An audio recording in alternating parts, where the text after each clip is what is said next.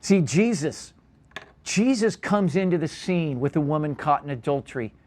And even to start with, his posture is that of humility. He gets down on the ground. And that word humility in the Greek actually means to like kind of get low. And he gets down on the ground.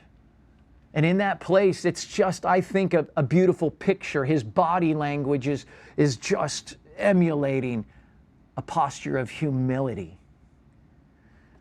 And that's where we need to get a hold of. The problem with pride, when we take it a step further, sometimes we begin to think, we begin to look at that person, and deep in our heart, whether you're conscious or unconscious of it, I'm going to tell you, we can get into that place where we say, you don't matter. You don't matter. Maybe it's you don't just matter as much as me, but that's not the way Jesus, that's not the conclusion he came to. That's not the conclusions as he looks at that woman caught in adultery in that time and place, in that most humiliating circumstance. His heart, his come from, his look says, this is one of God's daughters. You matter. You are fearfully and wonderfully made. You were brought into this life as a person in a purpose.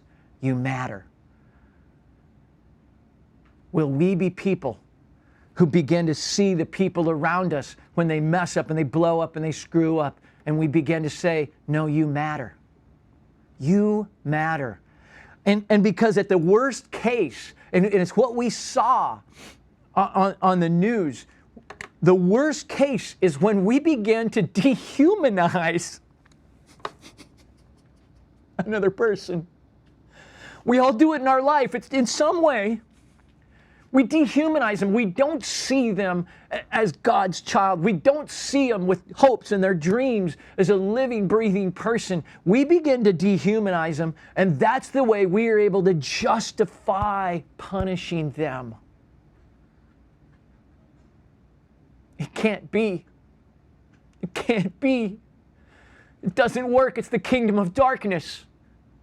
It's the kingdom of darkness stealing, killing, and destroying lives and relationships. Jesus comes in, connected to humanity. And his words of John 12:47, for I did not to come to judge you, but to save you. I came to save you. And we know that word save in the Greek is sozo. It means to preserve or rescue or make whole.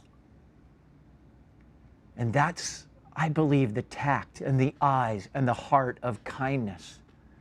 That as we begin to look into the lives of those people around us that have not measured up, that we would just begin to see that brokenness and we would begin to tap in. How can I be about helping them? How can I be about rescuing them, saving them, encouraging them? How can I be about them and their agenda and seeing God's purpose and plans fulfilled for their life, not just mine? I got another prayer that I want you to pray along with me. And I want you to say with me, Father, forgive me for my pride. I renounce the lie that I'm better than others. I renounce the lie that they don't matter. Father, forgive me for dehumanizing others and at times justifying my hurtful words that do nothing but punish them. I pray you would release a greater level of humility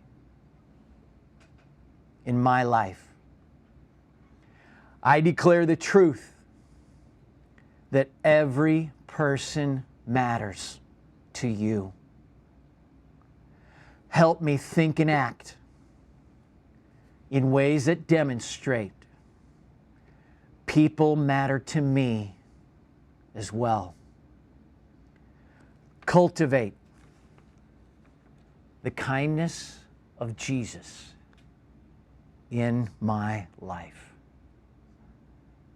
Amen.